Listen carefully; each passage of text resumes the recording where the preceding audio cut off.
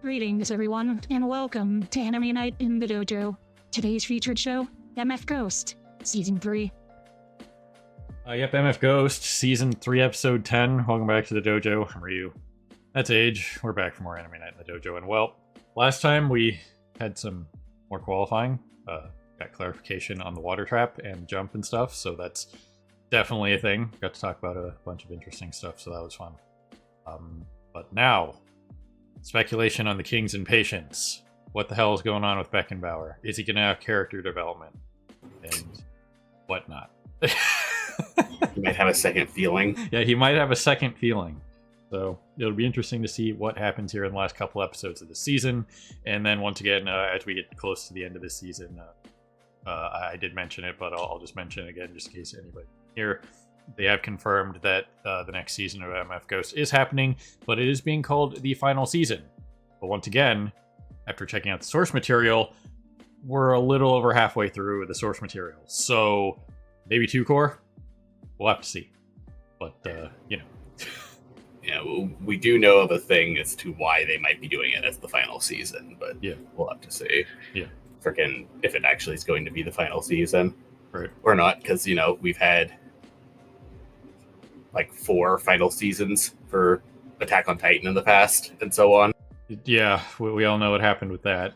But either way, more qualifying. There's still several people that have to qualify. So there's that, and then the race will probably start at the end of next episode deal, and then we'll have the race for the last episode, and then the race to start the next season.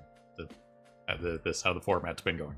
So let's push some buttons and get going here. So people on Patreon will see you on the other side of the edit for the timer reaction, and people on YouTube be on the other side for the discussion and review. And all the links are down there in the description if you're watching to watch whatever you want, wherever you want. So we appreciate your time regardless. So yeah, there goes some. Well, there you guys have it.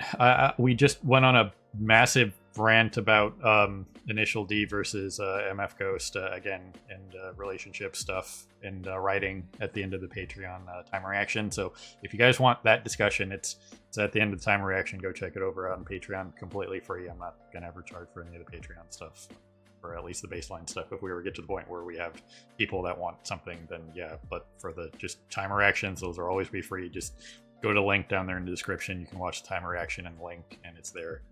It just has to be embedded through YouTube, but it's on Patreon because YouTube is dumb. But anyway, as for this episode, very good. We have a little bit of relationship stuff to talk about to bounce off of what we just talked about at the end of the reaction there a little bit. But as we can see here, the final results of qualifying, Otani did not get knocked out at the bottom there because Yashio, the other the other sibling, quote unquote, because they're step siblings, is at the bottom there, rounding out the top 15 here because Moroboshi and Green are now in the field, so 2 people had to get knocked out. But either way, as you guys can see here, the top 6 all set course records, and Aiba came very close to breaking that course record as well. So you could argue that something that we should be watching in this race just to start, and Age mentioned it at the end of our personal discussion as I was fixing my internet, was that Aiba is going to be a threat in this race. Let's keep an eye on him, and hopefully they do something with him as potentially, at the very least, it'd be interesting to see him get into it with Green and Moroboshi and pressure them. You know what I mean? I think that would be enough for like a good thing for like his driving stuff in this series. Yeah, like Moroboshi makes this whole big shtick about how he's going to going to only focus on trying to pass up Kanata, but I feel like Emma, Akaba, and Aiba are all going to give him a lot more of an issue than he is expecting going into this. Right, and based on where Sakamoto is, I know they have their rivalry between Sakamoto and Aiba, but I don't think Sakamoto is going to rise to where Aiba is going to be in the race, and I don't think Aiba's going to fall down to where Sakamoto is at, just for the rivalry stuff. You know what I mean? Yeah, no, I think if we're going to continue their rivalry, it's not going to be until next race that, like, whatever happens in this race is going to clearly put Aiba actually up as, like, a major competitor in the top half. And that Sakamoto's going to have to step up his game or basically back off. Yeah. So it'll be interesting to see what they do with that. But I do hope they give Shun that bump to, be pressuring the top 5 here. Because I think he'll get past Akiba because of just various reasons. And then he'll be pressuring the top 5 the whole time. Maybe not the top 3, but, 4 and 5. I think it'd be cool if he was pressuring them for the majority of the race. And forcing them to, think about more than just, how Moriboshi wants to battle Kaneda, that kind of thing, and how Emma obviously has her agenda and that kind of thing, or multiple agendas. But either way, they did a good job with flying stuff here. Beckenbauer is, in fact, in a different vehicle. He is now in the Cayman GT. You could see the wing on the back and stuff like that, slightly different body style. And they went with floor shifter for this one, which is interesting. Because it was something that Sawatari talked about was going on with Kaneda, so Beckenbauer wanted to prove a point here. I think he got in his own head, and that's what happens with a lot of drivers like this is when they get a rivalry, or in the case of Beckenbauer now starting to feel feelings for the first time, apparently. It's just one of those things where a character like this will challenge themselves, and then we did get the explanation as to why he potentially was not able to break into the pole position, because Sawatari specifically set his car's suspension up for the more rough road in the 3rd section, which makes sense. Sawatari mind gamed him because, once again, I brought this up in the episode, but that was one of the time we were having internet issues. Beckenbauer is predictable. He does the same thing every qualifier. He doesn't really try until the very end of the race, and he just passes up everyone at the very end. So what Sawatari did was he rigged his vehicle so that it is exceptionally good at just the end of the race, so that Beckenbauer would not really try to pass him until the very end of the race, but then wouldn't be able to pass him because Sawatari's car was rigged to be better at that section of the race, and there's no way that Beckenbauer could have passed him up at that point. Right. So it's just one of those things, and the kind of micro things that were discussed, when it comes to racing, no matter how talented you are with a floor shifter, the paddle shifters, equal skill to equal skill, will always just be better for you. Okay, just at that standpoint. It's one of those things where that's just how it is. And Beckenbauer having to adjust to that could have affected his time a little bit. And he did mention a braking error. Okay, so that's going to be the difference in, those 0.2 of a second that he was behind. But still, it's just something to think about for those kinds of things, is even with a driver as talented as Beckenbauer is, switching to a floor shifter as opposed to just the paddle shifters, even microscopic amounts of time have an effect on the track. That's just how it is. You know what I mean? A 1 second difference on the track, in any track, for the most part, as long as you're at high speeds, is an eternity. That's just the general rule of thumb. So if you can make up microscopic amounts of time over the course of a qualifying lap or a race in general, all those microscopic amounts of time could amount to 100 to 200 feet in total distance made up. There's only about a 1 second difference between the entire top 5 positions. So 1 second difference is would be the difference between placing 1st and placing 7th. Yeah. So that's something that always needs to be reminded, is those microscopic amounts of time can add up. You know what I mean? And they will add up. And those extra 200-300 feet could be the difference between 1st and 5th. You know what I mean? So It's just something to think about. It's just something you always have to think about when it comes to this kind of racing in general. You know, it is what it is. But now that Beckenbauer's feeling feelings and he's getting character development, it'll be interesting to see what he does going into the race here. Since we do have 2 episodes remaining, it'll be interesting to see how much of the race we get. If we do get that cliffhanger of, like, say, they did say this was 5 laps, I believe. It was 5 or 6 laps. It was around a whole. It was 6 laps. It was like 120 something kilometers. It was pretty long. This is the longest race so far. But I don't remember this. We got the statistics for all the races earlier on. I don't remember what the statistics for the final race were, but this is the longest race so far, at least.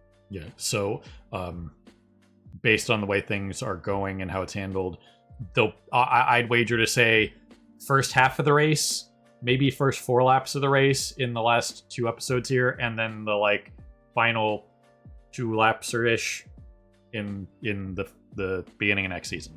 They generally try to keep at least 4 or 5 episodes worth of the race left for the next season. Yeah.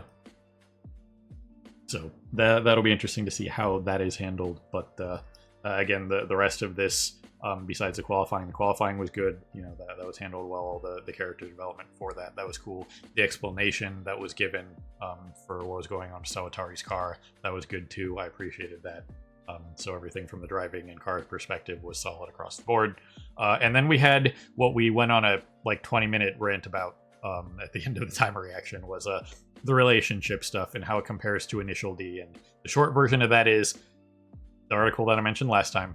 Once again, MF Ghost, from a writing standpoint, you can say whatever you want about the 2 anime adaptations. That's not what we're talking about. From a writing standpoint, is superior in every way minus Bunta. That's it. You know what I mean? It's superior in every way, and the relationships, and especially the character development and the romance that is being handled between Ren and Kaneda, especially, 1,000,000% better than Initial D. Initial D's relationships were a train wreck across the board, minus the one thing that we talked about in at the end of that time reaction. And even then, that was handled poorly at the end of that relationship segment. So, you know, this author has gotten much better at pretty much everything. So to say Initial D or MF Ghost is a failure as a successor to Initial D is insane. It is, from a writing standpoint, better in every way, minus Bunta, because you can't replace Bunta. He's like a mythic figure in anime and manga history. That's just who he is. So, I mean, he is one of the like OG original freaking trendsetters for like old mentor characters. Yep. So there's just, he's a one of one. He's a legend. He's a myth. It's Bunta. One word. Just one word. You know what I mean? You never say his last name. It's just Bunta. Kind of like, you know, mononym, like Cher, whatever. But you know, at the end of the day, again, just objective assessment wise, yes, MF Ghost writing wise is much better across the board. So let's get that out of the way. This bit here with them like struggling with their feelings and whatnot, you know, it was handled very well. Obviously, you know, still teenagers, late teenagers, you know, 19. They're not going to be, you know, experienced in romance. You know, Ren talked to her friend about this earlier in the episode, that kind of thing. The girl with 7 boyfriends and that kind of thing, and she gave her pretty good advice. You know what I mean? She's obviously, most kids don't want to talk to their parents about these kind of things for various reasons, because, you know, it's an embarrassing topic, and I don't want to talk to my parents about that because it's weird. And that's like usually the general consensus. Maybe it might be different now, might be worse now. I don't know. But generally speaking, you don't really want to talk to your parents about romance. You try to talk to your siblings about it, and both Ren and Kanata are only children that don't have siblings. And in case of Kanata didn't even really have friends. Yeah, Ren at least does have some level of a friend circle that she can kind of talk with a bit. But he was very introverted and basically just lived with his mom. Yeah, as we saw here, and this was a very good sequence. I enjoyed the sequence for the backstory and how they touched on how they both have photographic memory. That was cool. They didn't outright say it, but they both have photographic memory in case anybody forgot. But this was a very cool sequence about like the different kinds of love. If you want to look into that, I believe it's either Latin or Greek. I forget what it is, but they have like a definition for all the like. I forget how many different kinds of love. There's the romantic love, the platonic love, the love you feel for like a parental figure, or your friends, or whatever. The different kinds. There's a really good breakdown. It's romantic, platonic, familial. I can't remember the freaking term for it, but the love you have for like your work and things you've created. Yeah. And then I believe there was one other one. Yeah. If you guys want to look that up, it's a pretty interesting read for that kind of philosophy and stuff like that. I enjoyed it when I read about that. But that's what they were getting at here, and it was handled very well. I liked this for what it was, and the whole point of this was, Kaneda is the kind of person that would have asked his parents for advice, because he did, even as a kid here, like, I don't know, 8 or 9 years old, I guess, ish, in there, something like that, was even like talking about that kind of thing, and was still willing to talk to his mom about that kind of thing, even though he didn't have a girlfriend at the age of 8 or 9, whatever it means. I don't really think you're going to ask like a 5-year-old if they have a girlfriend. You start teasing your kids around the time they turn 10, generally. You know what I mean? Yeah, just around the time that like puberty starts hitting, which is like 9 to 11-ish, depending on the person. Yeah. So I enjoyed that for what it was. Just that insight into Kaneda's past and stuff like that. Ren and Kaneda both individually, coming to the terms that they're in love with each other.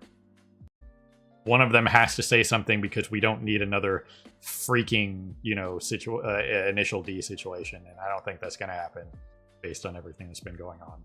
But oh man, we're totally diverting the series into Love Is War. Yeah, right. And so it is just one of those things that they'll figure it out. You know what I mean? And I have something else to say about that. But since I landed on it, they did bring in another character from Initial D, just like the previous guest guy that was a part of the Gunma racing scene. This guy, voiced by the same guy who does All Might. I still remember when we watched Initial D, I was like, holy crap, that's the guy who does All Might. And I'm sorry, I don't remember the VA's name. I don't do VA's names very well. I know their voices, but I don't remember their names. Age will probably grab it here. But when I saw him, he's the guy that led in Initial. If you watch Initial D, he led the Lancer Evo squad. And I remember when I first heard, it's like, hey, it's the guy that does All Might. And then lo and behold, in this episode, it's like, did they bring him back for it? And they totally did. Same VA. No, I didn't actually. At least for the English version. Yeah, I never actually looked up who All Might was before, but it's freaking Christopher Sabat. Yeah, Christopher Sabat. Yeah, I know that name. I just always forget which like major name is tied to which characters. Yeah, which he's freaking a bunch of major characters throughout Dragon Ball is the main things he's known for, but he's also in a handful of other things that we know, like he was freaking whatchamacallit, he was in Ruby. So the Dragon blank on his name, but the freaking I still the Dragon Ball. I'm gonna remember this freaking name. The freaking mustache villain. Oh yeah, the mustache villain. You Must Be Worthy. That one. The whole he's the only one in like Salem Circle who doesn't have a semblance. Right. Yeah, I know who you're talking about. I don't remember his name. He also plays Banyue in ZZZ. That's the last one that came out recently, and they even had Banyue, at least in the English version, say "I am here" when he shows up, and I was like, really? You know what I mean? So it's cool that they got him to come back and do this character, because when I saw him, I was like, that's the guy. He's the same guy. So it's Watts. Yeah, Watts. Dr. Watts. Yeah, Dr. Watts in Ruby. That's a role that I didn't immediately peg him. because he does usually when Sabat does voice acting, from what I've seen, it's pretty much just the All Might voice for the most part. You know, he plays up All Might, like he really gets into All Might, like wants to be the hero, that kind of thing. But it's usually just like his normal speaking voices, or it's the majority of his characters. I just remember he went in a different direction. I just remember, like I said, I never actually placed All Might as being Sabat, but yeah, I do remember people like making a whole big deal about like when Watts very first showed up and being like, "Oh shit, that's Christopher Sabat. They actually got him." Right. So yeah, when I was just like, I saw the character because I remember this guy. He was a big deal in Initial D. You know, all the Lancer Evo guys, that kind of thing, and he had the commanding presence, and he was kind of like a senpai character in that, because he was a slightly older guy then too. But early 20s at that point, but still. Yeah, it was cool that they brought him back, so it'll be interesting to see what he has to say during this race. I look forward to his color commentary, because he was always a very technical guy when it came to like the Lancer Evo stuff and how he handled his racing and stuff like that. I did enjoy his character in Initial D, so it'll be interesting to see what they have him do on commentary, because the last guest guy was very good. The insight he brought in for Takumi and that kind of thing. Maybe they'll talk about his experiences since Initial D, that kind of thing. So I look forward to that. So that'll be a fun thing for the show. So it's cool that they got him to come back for that. I don't know if they got the original like Japanese VA or any of the other stuff, but when I first saw this character, I was like, oh man, is it going to be Sabat again? And it totally is. So there you guys go. That's pretty cool when they bring back casts from the past, if possible. You know what I mean? It's not always possible for various reasons. So, but and then I also sometimes they just recast everyone for the sake of recasting everyone. Like that's still the weird thing for freaking Persona 3 Reload. A bunch of the voice actors of the original cast are still in the game. They're just not voicing their original characters. Right. That's apparently what they're doing for the P4 remake. They told everybody to get bent, even though they were like, I want to come back and do, Yosuke. Nope, we're recasting you. It's like, I don't understand. I'm here and was the original. Why would you not want me? You know what I mean? That doesn't make any sense to me. Yeah, like one of the only main characters in freaking the P3 remake that is the same is freaking Aegis. Which that same voice actress did both Aegis and Mitsuru, but she's not doing Mitsuru now. Yeah.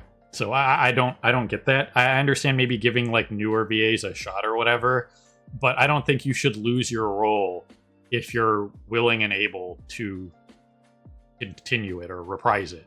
You know what I mean? Yeah. That like especially when you have like a connection with the fan base. You know what I mean? It's one thing to recast, Vic potentially for Junpei, but yeah, we knew Junpei was going to get recast because of the whole Kick Vic shenanigans. And this is his first time like having a new voice role since then. But everyone else getting recast was weird. Like Shinji's voice actor is still playing the cop guy who sells you the gear and stuff like that, but he's not playing Shinji anymore. Yeah. So he got demoted to only keeping his friggin' minor NPC role and lost his main character role. Yeah. So that kind of stuff that just kind of weirds me out. It's one thing if the voice actor doesn't want to reprise the role or cannot reprise the role, but when they're out there on social media saying they don't want me back and I'd like to do it, that's the kind of thing that I think, as a fan base, I kind of wish people had pushed more for. Like, Atlas, what are you doing? Give these people their job back. You know what I mean? We want these people to do the same thing as long as they want to do it. I don't know if that was an Atlas problem. Or whoever was in charge of it. You know what I mean? Yeah, I know it's not always Atlas. A lot of people like complain about WWE.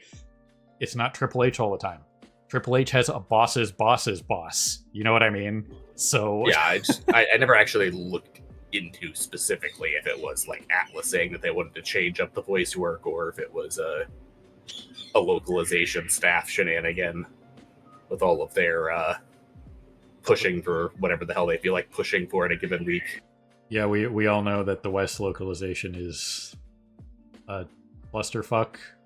We're deep enough into this video that I can say whatever I want profanity wise. So, but it's just one of those things, and a lot of people get tied. Just like for me, like I'm getting a lot better at identifying voice actors. Like just I can tell who's who. Like for the longest time, if it was Gohan, the guy who did like adult Gohan in the English dub of Dragon Ball, I had that guy pegged immediately.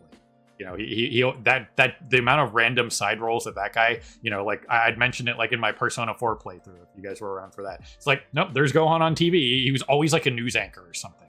You know what I mean? It's just like if there was a news anchor to be played in a random place, that dude was there and on it. You know what I mean? And then here's Gohan with the weather, basically. You know what I mean? So, but I've gotten a lot better at recognizing people, like Sabat, just a couple other VAs from just various places, like the actress who does Ramirez in Slime, the actress who does Malim in Slime. She just did Zhao in ZZZ, that kind of thing. There's a lot of the Slime cast in ZZZ now. Sabat here is in ZZZ.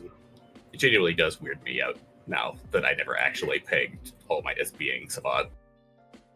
Well, it's like he's such a recognizable voice, and we've been doing MHA for so long, and we're always being like, oh hey, there's All Might, and it just never occurred to me that it was Sabat. Yeah. So now that's something you have to think about for a little bit. But either way, it'll be cool at the end of the day to see what they do with this character. I'm happy to see him back. Cool to get another Initial D character in here for some guest commentary. That's cool. But this last little bit that I want to talk about with the romance stuff and to wrap up here is, we talked about it at the end of the reaction as well, is like, Emma's going off on her like mission statement of like, you're holding Kaneda back. And this is what spiraled our freaking Initial D romance discussion even further earlier, was the fact that, it's like, oh, you just let him go back to England. You can't force him to stay here. It's just like, she doesn't have to force him to stay here. They could tell each other that they love each other, and then Kaneda could just be like, will you come to England with me? You're pretty much fluent in English, so you'll probably be just fine, so you could just come with me. You know what I mean? Yeah, or she could say, I would totally go with you. You know what I mean? Yeah, the only thing that kind of gets in the way of that is the fact that she still has to turn 18 before she can officially like move out of the country. Right.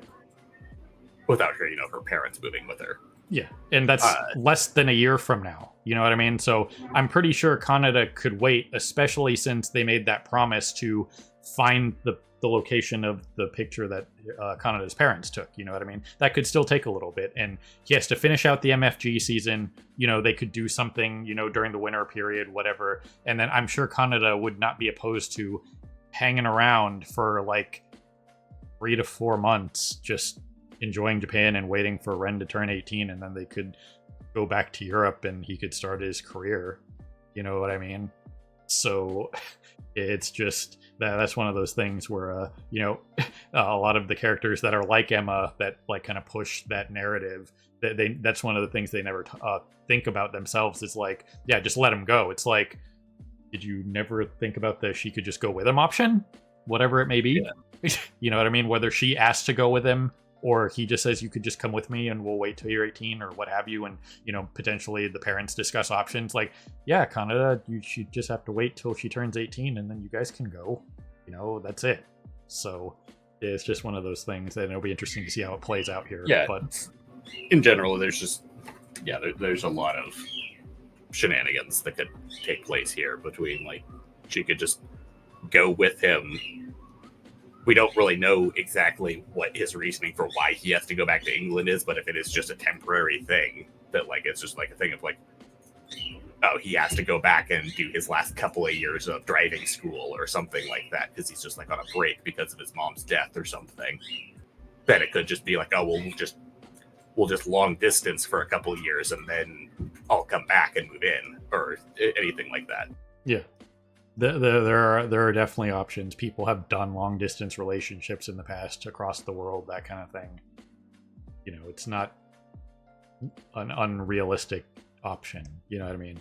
I know for kids in their late teens and stuff like that, they think they don't think that far ahead, and that's why they ask for advice and stuff like that. That's something we talked about at the end of that discussion as well. Is just, it's hard to talk to your parents about this kind of thing, but don't be afraid to ask your parents about it, because they probably experienced it. And maybe some of you have shitty parents, and that sucks. Obviously, you can't.